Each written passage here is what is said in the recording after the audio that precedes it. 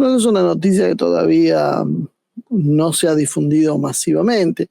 Hay algunas notas sueltas en algunos lados, hay que investigar y uno encuentra la información. Probablemente en las próximas horas o en los próximos días, sí ya esto empieza a ser tomado por los analistas, ¿no? Y es central, porque nosotros vivimos hablando de lo que pasa internamente en Estados Unidos, y si hay un asesinato en Minneapolis es una tragedia de la humanidad. Si hay un problema en China ni nos enteramos, lo mismo que pasa con Rusia. Bueno, hoy nos toca a China hablar, porque en definitiva se está jugando cómo va a ser la nueva organización mundial, cómo va a ser el nuevo orden global, y China es el gran actor, no un actor más, ni siquiera un actor importante, es el gran actor. Entonces, bueno, tratemos de entender qué es lo que está pasando en China. Primero, para eso, comprendamos una forma de operar de China. China no es una nación que explique sus políticas, ¿eh? Empecemos por ahí, entendamos. China administra, ¿sí? Primero podríamos decir, neutraliza un problema, lo reordena, después comunica lo mínimo y esencial que haga falta, con un lenguaje muchas veces moral, disciplinario y corto. Por eso la política china además de ser un gran misterio en Occidente, porque se habla muy poco, se le presta muy poca atención, se conoce prácticamente nada, generalmente lo que hace es no generar rumores, sino funcionar sobre tres bases. Primero, hacen comunicados formales, que pueden ser muy vagos para nuestro paladar occidental, producen cambios de organigramas y ausencias, y después hay que observar las líneas editoriales de dos o tres medios. Xinhua, que es el medio, podríamos decir, estatal, el Global Times, que es una expresión más política, y el diario del partido del ejército chino, el PLA Daily, que se ocupa, bueno, precisamente de dar otra de las campanas que cuentan la realidad de China, la cual obviamente se lee en forma distinta a la que estamos acostumbrados nosotros. ¿Qué es lo que pasó? Lo que todos sabemos, se inició una investigación contra Zhang Youxia, como se pronuncia, perdón mi chino, vicepresidente de la Comisión Militar Central, miembro del Politburó chino, y contra Liu Zhenli, miembro también de la Comisión Militar Central y jefe del Joint Staff Department, por graves violaciones de disciplina y ley. En la narrativa oficial y militar china, empezamos a ver que hay editoriales y coberturas de noticias que presentan esto básicamente como un severo golpe a la construcción de la capacidad de combate y como una parte de la guerra anticorrupción en el ejército. Entre los analistas occidentales se habla, bueno, de disciplina y ley, que es el rótulo estándar que le ponen los chinos a la corrupción, pero muchas veces creen que la realidad, los occidentales, tiene que ver con un factor de poder y lealtad y de un control político del Ejército Popular de Liberación. El Ejército Popular de Liberación, el ejército chino, es básicamente el pilar del poder real en China. En realidad, vamos a hacer un repaso de cómo funciona muy básicamente China para que se vaya entendiendo. El órgano supremo, lo que manda en China es el Partido Comunista. El partido básicamente manda sobre el Estado a través del control político sobre el ejército, bajo un lema chino de el partido manda al fusil. Esto es estructural, no es una cuestión opinable, no es si está bien o está mal, me gusta o no me gusta. Así como funciona, punto. Y ese baño de realismo es el que a veces yo digo, bueno, tenemos que también tener en Occidente para entender, cuando nosotros vemos que la principal potencia del mundo se basa en el lema, el partido manda sobre el fusil, ¿cómo se puede ser tan sonso de creer que se puede tener un Estado sin ejército? En fin, bueno, podemos aprender que esto no es un tema ideológico. Acá dice, es un facho, es de derecha cuando uno habla de la Fuerza Armada. No, muchachos, los partidos comunistas fueron así toda la vida, hasta los anarquistas han hecho ejércitos. El poder se ejerce por la fuerza, guste o no guste. Entonces, no hay mucha discusión sobre eso. Entonces, el corazón del sistema chino en realidad es la Comisión Militar Central, que la preside precisamente Xi, que es Xi Jinping, es quien concentra el mando estratégico y los nombramientos. No la voy a pronunciar como se dice en chino, Zongyang, porque es imposible de pronunciar bien y voy a decir cualquier cosa. Es el máximo organismo del mando central de China. No depende del Estado, depende del Partido Comunista de China. Ahí vamos entendiendo cómo funciona la estructura de gobierno china. El Partido Comunista Chino es quien ordena a la Comisión Militar Central, y la Comisión Militar Central es la que tiene el control del ejército. Así es la línea de poder. El Partido Común, el ejército depende en realidad del Partido Comunista Chino, no del Estado chino. Esto a nosotros nos parece raro porque no es así como funciona en Occidente. Bueno, así es como le funciona a China y hasta ahora le está funcionando bastante bien. Esto tiene que ver también con las estructuras de control del gobierno con los gobiernos comunistas. Los partidos comunistas tienen una lógica del poder que se expresa en este tipo de organizaciones, diferentes a las democracias liberales o a los gobiernos fascistas, que tienen otra estructura. Nosotros tenemos una enorme ensalada en la cabeza, le llamamos fascismo a cualquier cosa, y no entendemos que si yo este sistema se los plantearía y les diría que es propio de la Italia de Mussolini, todos aplaudían y dirían, uy, qué mal el fascismo. Bueno, entonces lo digo, es la estructura del Partido Comunista Chino en China, porque así funcionan los partidos comunistas. Entonces, uno tiene que entender cómo funciona la realidad y deja de imaginar realidades y utilizar calificativos que no corresponden a situaciones que no son así. Decíamos entonces que existe la Comisión Militar Central, que tiene básicamente dos nombres en realidad: Comisión Militar Central del Estado o Comisión Militar Central del Partido Comunista de China. Es la misma, con dos formas de llamarla, es la misma estructura, las mismas personas, las mismas funciones, exactamente es el mismo organismo. Quien preside la Comisión Militar Central es el verdadero jefe de China, es el verdadero poder. Y ese cargo, entonces, como decíamos, lo ocupa Xi Jinping. Entre las funciones que tiene esta organización, la Comisión Militar China, tiene el control de las fuerzas terrestres, el control de las fuerzas navales, el control de las fuerzas aéreas, la fuerza de cohetes, que básicamente son los misiles estratégicos, donde están incluyéndose los misiles nucleares, obviamente, son los misiles nucleares, básicamente.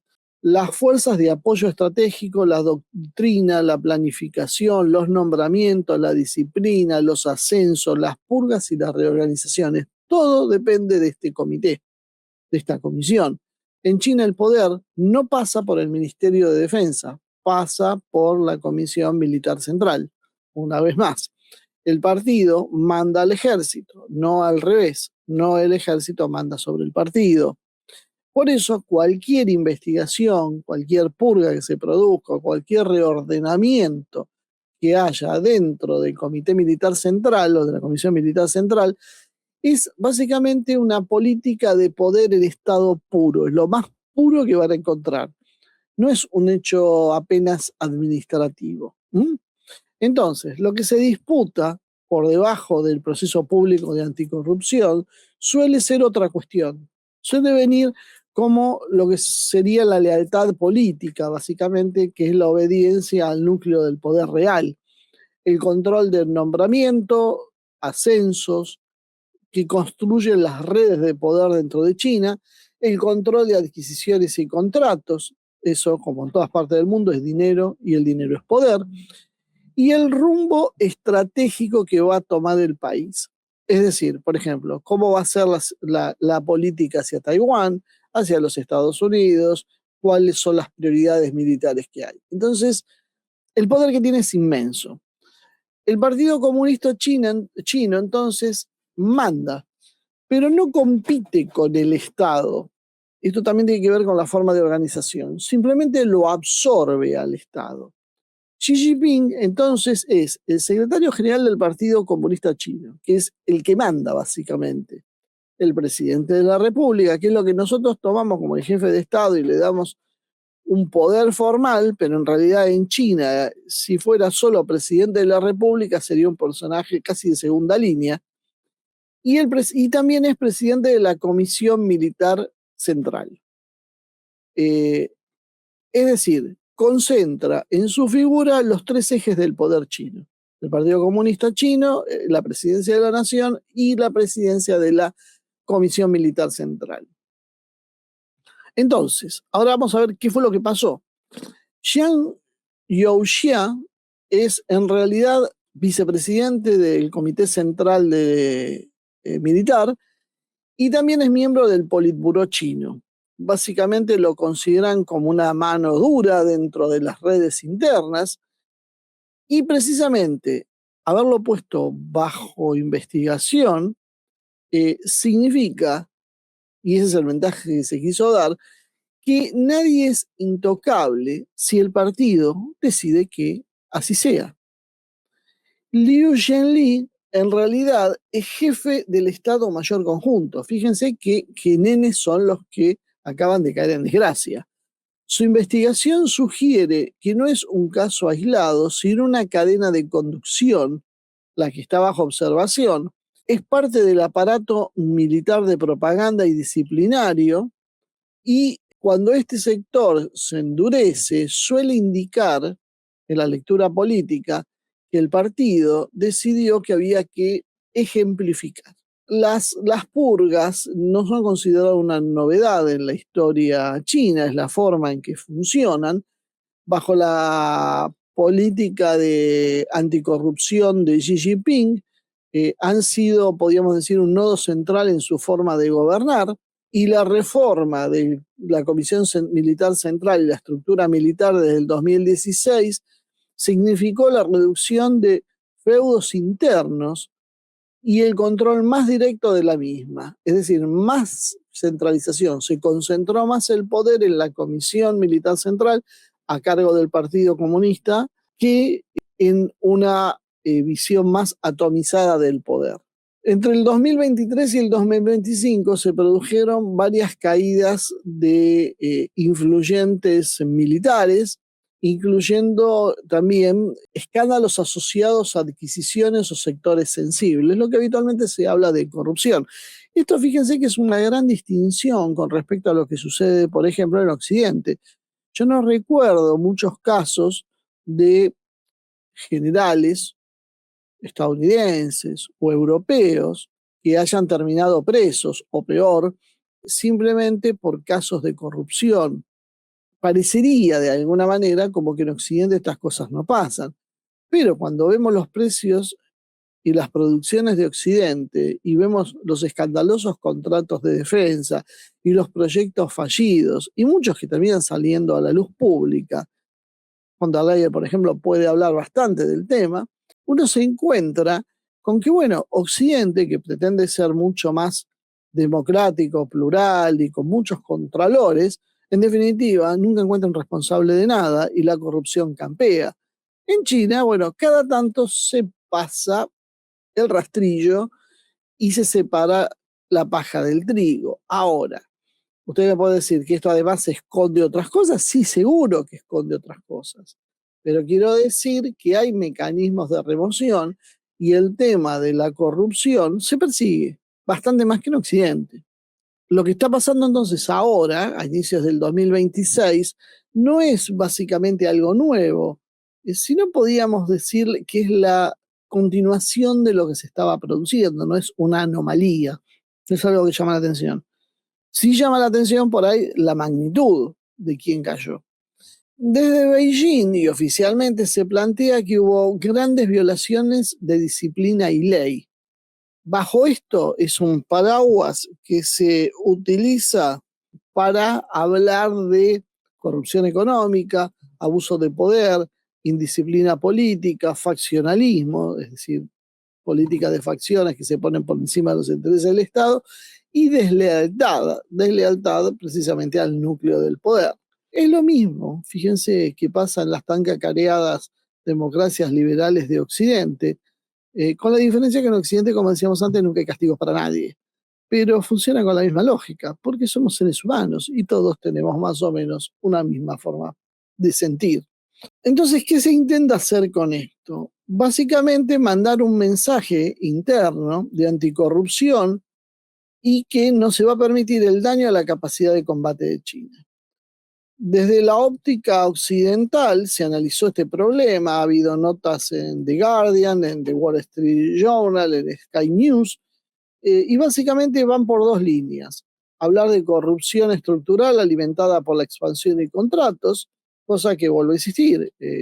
Parecería que en Occidente esto no existe, sí existe en Occidente, el problema es que queda impune, y que Xi en realidad prioriza disciplina y control, incluso si cae su gente cercana, porque precisamente estos funcionarios eran muy cercanos a Xi Jinping, especialmente a Yang, que realmente se lo consideraba un hermano de Xi. Bueno, no hay favoritismos a la hora de imponer la verticalidad. Y además conseguir disciplinar la cuestión de corrupción, ¿no? Hay elementos que están bajo estudio, que se habla de filtraciones hacia los Estados Unidos, de secretos, sobre todo de equipamiento nuclear, y hasta se habló de rumores de golpe.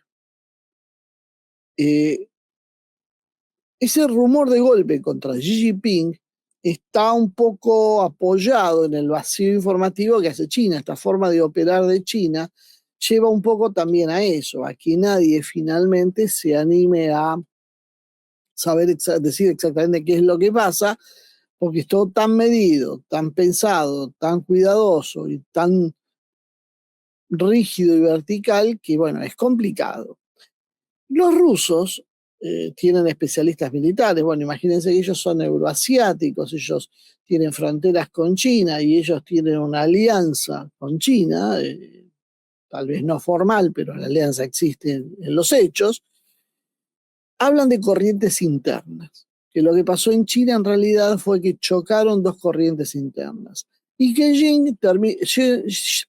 Xi terminó por aplicar medidas preventivas y concentrar más el mando, es decir, tomó con más firmeza el mando y lo que está haciendo es reorganizando el Ejército Popular de Liberación en preparativas, podríamos decir, de cara a un posible choque con Estados Unidos, donde Taiwán podría ser el punto determinante. Mucho se ha discutido si China estaba en condiciones o no de enfrentar a Estados Unidos en una guerra. Bueno, sí se está encargando aparentemente de que esto sea así. La purga en realidad en el Ejército Rojo podía ser un espejo de lo que está pasando hoy en China durante las purgas que hubo, como por ejemplo la de Mikhail Tukhachevsky y otros altos mandos, a los cuales se los acusó de conspirar contra el partido, de ser trotskistas, de practicar espionaje en favor de la Alemania nazi. En la práctica, bueno, se sospecha que básicamente fue una operación para eliminar mandos considerados demasiados autónomos en sus ideas y en sus pretensiones. Por lo tanto, los rusos se encuentran en esos antecedentes lo que estamos viendo.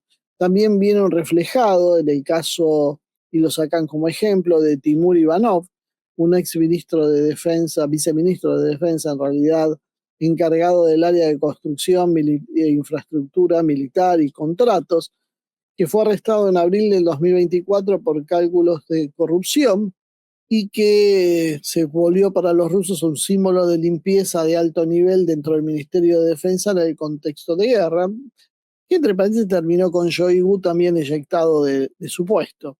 En junio del 2025 se lo condenó a 13 años de prisión por corrupción. Y también recordaron el caso de Lavrent Iberia, que fue el jefe del aparato de seguridad de la famosa NKVD y figura clave tras la muerte de Stalin. Bueno, en las disputas palaciegas de la Unión Soviética en marzo del 53, Beria había acumulado demasiado poder. Entonces, unos meses después, en junio, fue arrestado en una maniobra interna y terminó finalmente ejecutado. O sea, esto no es nuevo, es la forma de operar que tienen y que los propios rusos ven y que lo toman como ejemplo de lo que puede estar sucediendo en China, con características chinas, por supuesto.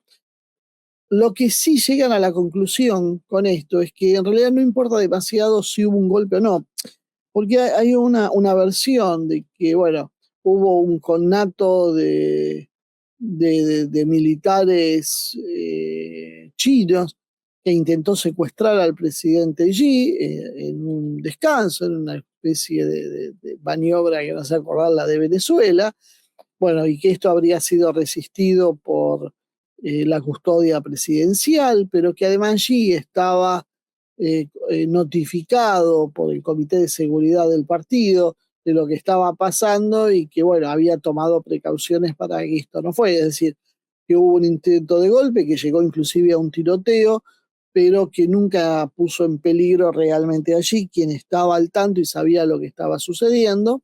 En definitiva, la conclusión que sacan los rusos es que no es tan importante si esto sucedió o es una novela que nos están contando. Lo que importa saber es que básicamente sí se sabe que hubo y que hay una purga, que hay tensiones internas y que allí se estaría fortaleciendo y que el Ejército Popular de Liberación va a ser mucho más duro y temible de lo que es hasta ahora. No cambia entonces si esta novela del golpe, como la cuentan algunos medios, existió o no, y la forma en que se dio. Lo que sí se sabe, y esto es comprobable, y esto es lo importante, es que sí hubo una purga que cambia el mando operacional y que tiene incidencia de caras a la preparación para el año 2027 con Taiwán. Vamos a ver cómo altera el poder interno entre los, podríamos decir, institucionalistas y los leales personales. Hay distintas hipótesis que trazan los medios rusos. Hablan una de una purga con anticorrupción y disciplina política. Esto es, podríamos decir, la más fácil de comprender, es la menos discutida, ¿no? Inclusive los editoriales militares que han publicado los chinos van en el mismo sentido, purga, anticorrupción y disciplina política, y que establece un patrón de purgas en segmentos críticos. Hay otra hipótesis que habla de una purga de facción, que no es exactamente lo mismo, que hablamos acá de una corrupción como instrumento legal para remover redes. Básicamente Xi Jinping prioriza el control, como decíamos, y la lealtad, y que, bueno, muy probablemente está eliminando una facción que se opone. Una tercera hipótesis es una conspiración real que no necesariamente sea un golpe cinematográfico como el que se hablaba. Es posible en términos políticos de palacio, que haya habido alertas, sabotajes burocráticos, resistencias, filtraciones y demás, pero no hay pruebas públicas de que esto haya pasado. Es muy blindado, muy hermética China.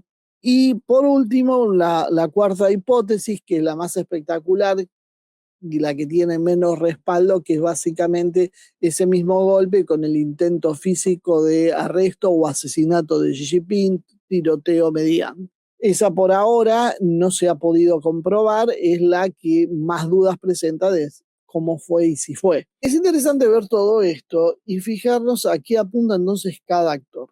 Xi y el núcleo del Partido Comunista, que son quienes tienen el control hoy de China, lo que están buscando es maximizar su control vertical, jerárquico, depurando las redes de ascenso y de compras, de manera de asegurarse precisamente lealtad por un lado y eficiencia. Asegurar que el Ejército Popular de Liberación se transforme en una fuerza absolutamente confiable para escenarios duros, como el de Taiwán, o bajo una presión intensa de Estados Unidos, eliminando cualquier disidencia, cualquier gasto inoperante, podríamos decir, pero también cualquier conato de traición o división o flaquezas ante el adversario. Cuando ustedes ven lo que pasa cuando Estados Unidos presiona, cuando presiona de verdad a los países, empiezan las flaquezas en la cúpula dirigente y se suelen quebrar los aparatos militares y de seguridad. Bueno, lo de Venezuela que hemos visto es un ejemplo. Se quiebra eso y por ahí se filtra en realidad el verdadero poder estadounidense. Muchas veces ni siquiera es la fuerza militar bruta, sino en realidad es la capacidad de corromper las redes de seguridad y defensa de esos, perdón, de esas naciones. Inclusive hasta en Irán vemos ese mismo proceso. Siempre, fíjense, alguien lo decía en el chat antes de empezar el programa, ¿por qué siempre en los países que son enemigos de Estados Unidos o de Occidente se producen estas fracturas? Nunca pasa en los aliados. Porque está la forma de operar que tienen. Esa es la forma donde han conseguido su éxito. Realmente por eso son tan difíciles de combatir. Porque juegan con los peones de la fuerza contraria. Ese es el problema de esto. También podemos hablar de las redes internas del Ejército Popular de Liberación, el ejército chino, que busca preservar posiciones, preservar presupuestos o mejorarlos, tener influencia en las cadenas de nombramiento, evitando que la disciplina política del Partido Comunista Chino destruya cierta autonomía corporativa, o sea que en base de las ideas políticas se pueda comprometer alguna capacidad corporativa que en principio debería ser eficiencia militar. Estados Unidos y Occidente tratan entonces de aprovechar la situación para vender la inestabilidad de China y mostrarse entonces más seguros, más solventes y tratar de espantarle negocios a China, porque si el país se pone inestable, bueno, esto ahuyenta grandes inversiones. Lo que sí los analistas rusos dicen que Occidente tiene que tener mucho cuidado porque suele autoengañarse. Entonces, con esta idea de una China inestable, no ver que lo que en realidad está sucediendo es que China se está poniendo más cohesionada y obediente internamente. Para China, para Rusia, esta historia básicamente tiene que ver con la preparación de China para una guerra total contra la infiltración de Occidente. Es decir, China toma lecciones de lo que ve en el resto del mundo y se prepara para que no le pase lo mismo. Básicamente se trata de una consolidación de un eje antihegemónico occidental y de la preparación militar para un choque mayor en Asia. Como vemos, bueno, hay muchas lecturas, no hay una sola. La purga puede ser interpretada también como un esfuerzo de Xi para asegurarse el control del ejército chino, reduciendo cualquier red de poder alternativa que pueda desafiarlo o crear ciertas cuotas de autonomía. Esto incluye a figuras con conexiones personales o histórico-institucionales que alguna vez fueron considerados legales, como es el caso de uno de los destituidos. Cuando uno está bajo una enorme presión de una confrontación abierta con un ejército como el de Estados Unidos, no puede permitirse que sus altos mandos duden, que sus altos mandos te jueguen en contra. Necesitas una cohesión 100% para el desafío. Bueno, este es el problema. Eso es lo que tiene Estados Unidos. Es muy difícil encontrar un general o un jefe de aparato de seguridad que termine jugando hoy para el enemigo, que juegue para Rusia o para China. Que los hay, sí, cada tanto algunos se infiltra, pero es bastante difícil. Normalmente hay una cohesión. Trump sabe que su ejército va a obedecer al poder político y va a hacer lo que le digan. En algún caso uno me podría decir, bueno, ahí puede haber una interna política entre ellos, pero no la duda ante el enemigo externo. Hasta el enemigo externo van a alinearse con la defensa de Estados Unidos. China quiere que eso también sea así de su lado, que ante la gran presión que puede llegar a sobrevenir, resulte que un sector del ejército, un general o alguien, trabaje finalmente para desalentar la confrontación y juegue para el enemigo. Entonces, una purga profunda puede proyectar básicamente una imagen de cohesión interna del Partido Comunista Chino, que en definitiva es quien manda, y externamente proyectar una imagen de un líder que no tolera fisuras. Y esto es muy importante para la mentalidad china y para la mentalidad oriental en general. O sea, acá están todos alineados y son un solo hombre detrás de Xi Jinping. Olvídense los extranjeros de tratar de facturar a China para poder filtrarse por la grieta. Si consiguen esto, esto serviría para disuadir, mostrando que China está internamente unificada y también disuadir las disputas internas que puedan surgir, como decían, grandes movimientos de tensión.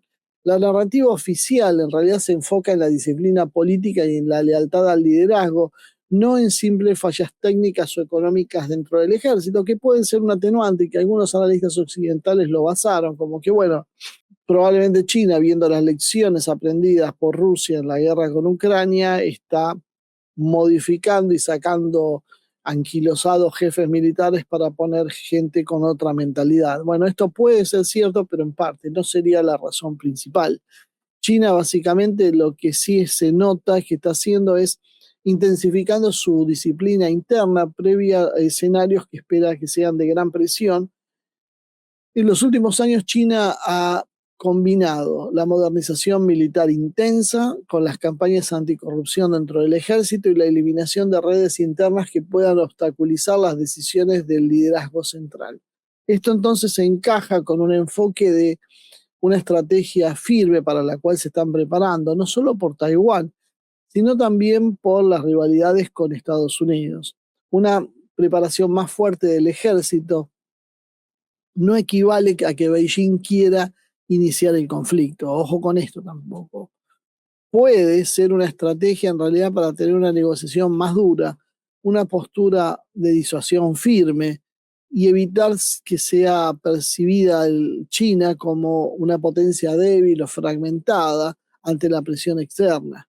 China, también tengan en cuenta, no es un régimen personalista caótico. Es decir, no todo gira alrededor de un solo líder. Básicamente China es un aparato institucional complejo con duras reglas internas, disciplinas y rituales de legitimación históricos que rara vez se derrumban de forma abrupta.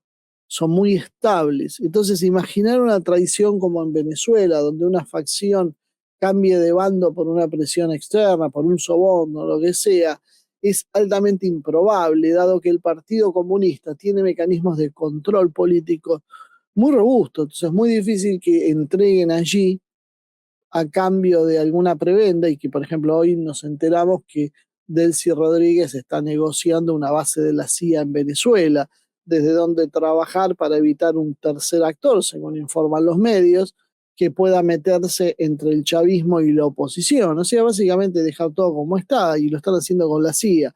Entonces, bueno, esto en China es prácticamente imposible que suceda. Esto sería absolutamente improbable que esto pase. El ejército chino está subordinado formal y explícitamente al partido, no al Estado, ni siquiera a un líder en abstracto, no a una persona. Las lealtades en general se forman dentro del aparato y no a través de redes externas. Entonces lo que sí podemos ver son choques entre facciones, pero eso no es lo mismo que básicamente un cambio de lealtad al estilo que vimos en Venezuela.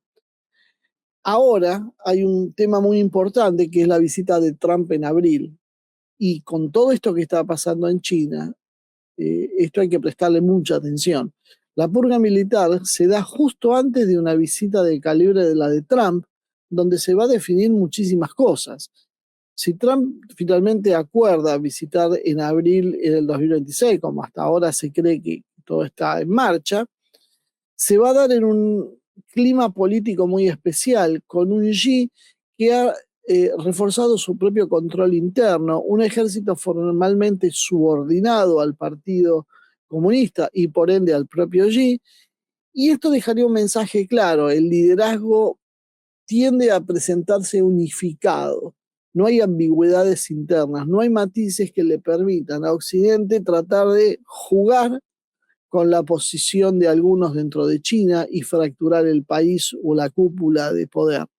Esto significa básicamente que Trump va a tener enfrente un interlocutor que viene a demostrarle que tiene una autoridad firme interna, que es capaz de limpiar cualquier disenso, ya sea militar o el que haya, y que tiene la capacidad de controlar el discurso estratégico ante la visita. Entonces no estaríamos ante un liderazgo débil o fragmentado, con negociaciones parciales, sino uno que probablemente va a buscar consolidar una posición antes de sentarse a hablar. Este tipo de purgas, que no pueden ser casuales que pasen a 2 meses, 3 antes que llegue Trump, da señales que Beijing quiere usar. Básicamente las señales son que no va a ceder en temas estructurales, nada de Taiwán, el comercio va a ser técnico, nada de sanciones, va a insistir en respeto mutuo sin interferencias externas y buscar acuerdos que parezcan equilibrar el poder y no meras concesiones unilaterales. Esto básicamente es lo que se espera que pase entre Estados Unidos y China en este año, que haya una competencia estratégica sostenida, y si esto significa que no hay una reducción dramática de tensiones, es muy probable que así sea. La acumulación de tensiones estructurales tiene que ver con la modernización militar acelerada, con las tensiones con Estados Unidos y sus aliados, especialmente en Asia, y la necesidad de disciplina interna para evitar fracturas en momentos de presión externa. Entonces, como dijimos al principio, no es exacto que hables de China se prepara para una guerra. No es eso lo que está haciendo China. O sí, tal vez, o en parte. Se prepara para tener en realidad una postura de fuerza y disuasión. Si refuerza la lealtad interna, si reduce los márgenes de maniobra potenciales de facciones internas, pero no hay evidencia clara de que Beijing tenga ganas de iniciar un conflicto militar ahora. No lo necesita, no lo quiere. ¿Por qué habría de hacerlo? Sí se prepara para eso. China quiere proyectar unidad interna y control del aparato militar, liderazgo que se posicione para negociar desde una posición de fuerza, no de fragilidad. Y Trump entonces se va a encontrar, o cualquiera que vaya a visitar China, con una contraparte que no quiere mostrarse ni vulnerable ni dividida. Es un gran ejemplo, por ejemplo, nosotros tenemos que ver con Malvinas.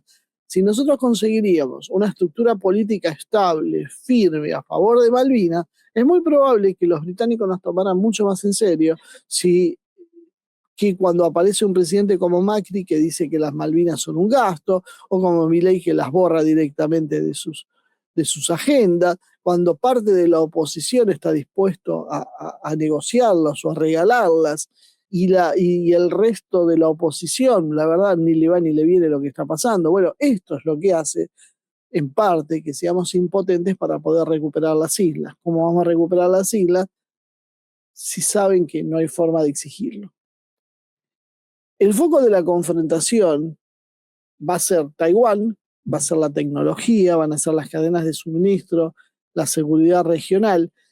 Y acá es donde entendemos entonces que algo serio está pasando porque hay una purga militar a gran escala en China.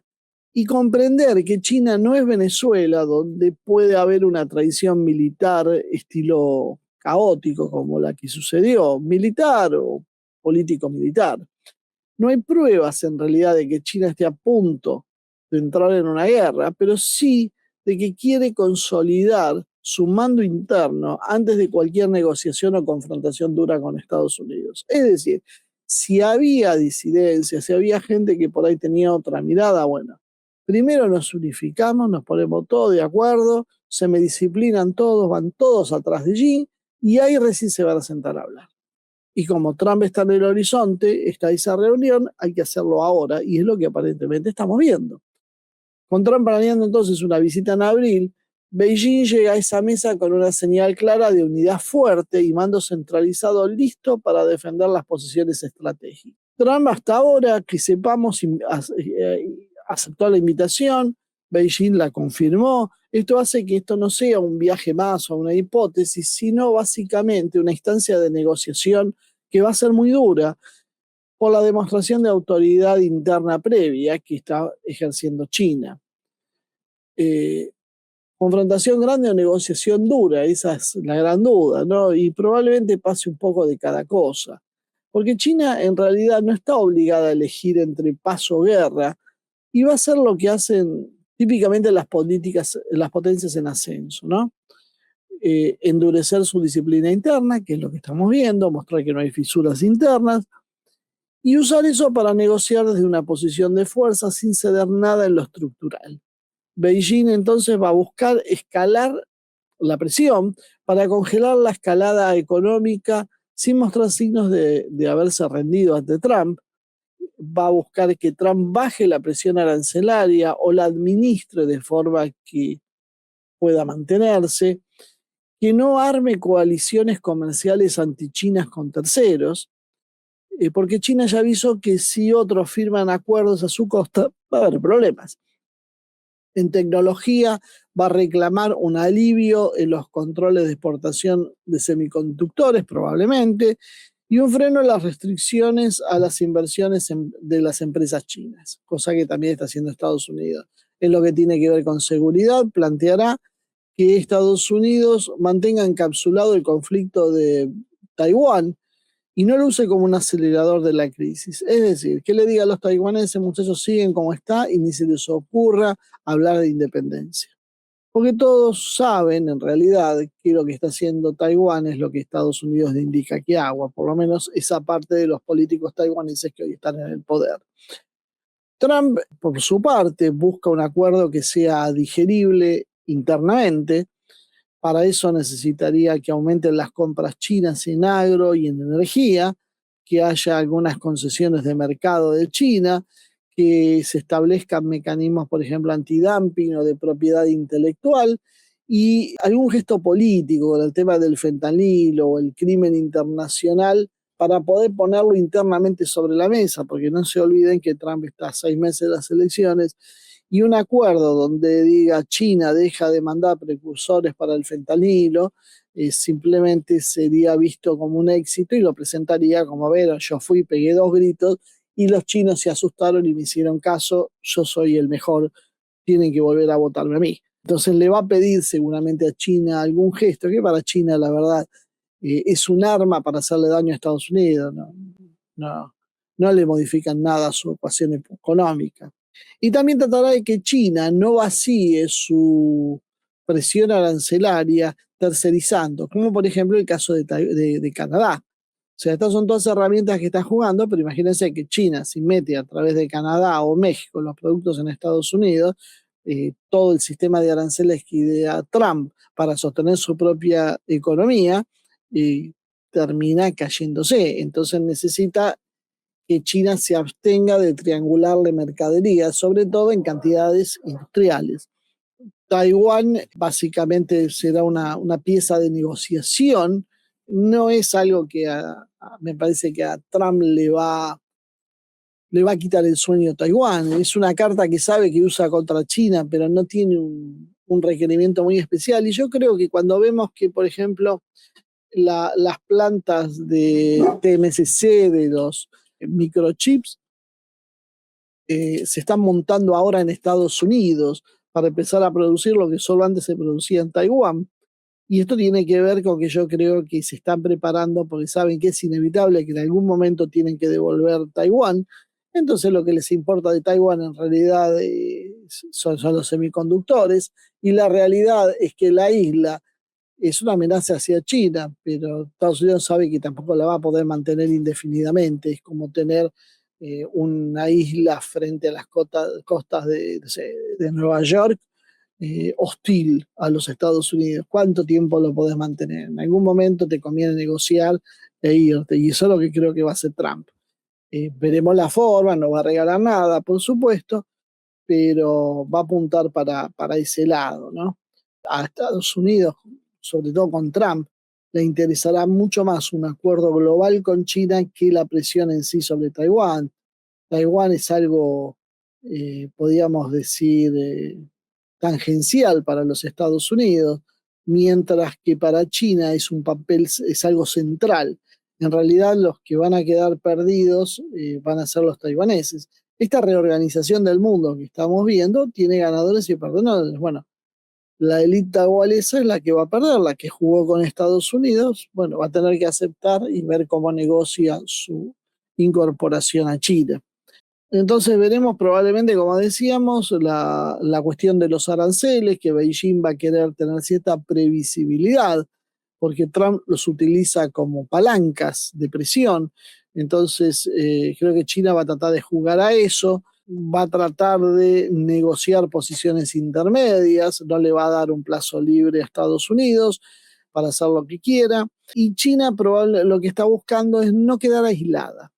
O sea, China está tratando de encontrar un equilibrio donde el poder en realidad tiene que tener acceso a los mercados internacionales negociada con Estados Unidos. Repartirse mercados internacionales, no quiere perder todo y ser solo China y algunos países de su vecindario. Entonces quiere tratar de mantener eso y esas son las cosas que va a negociar. En el caso de Taiwán, la independencia no es negociable, pero tampoco exige que ya pase a ser territorio chino, lo va a ir usando negociación tras negociación.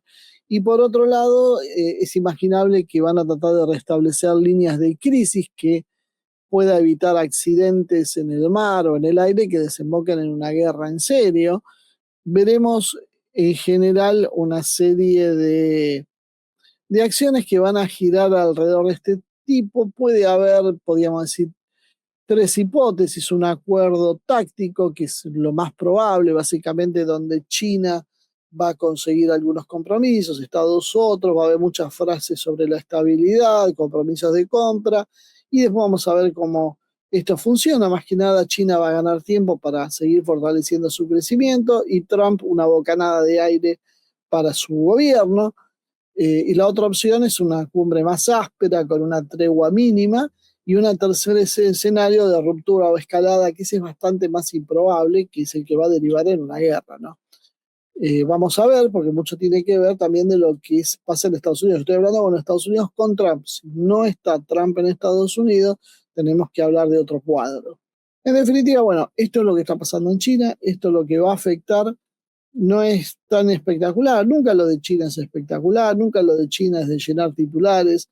Lo de China es esto, es lo de ser previsible, ser firme, ser disciplinado, prepararse para una confrontación, pero si se puede evitar esa confrontación, mucho mejor.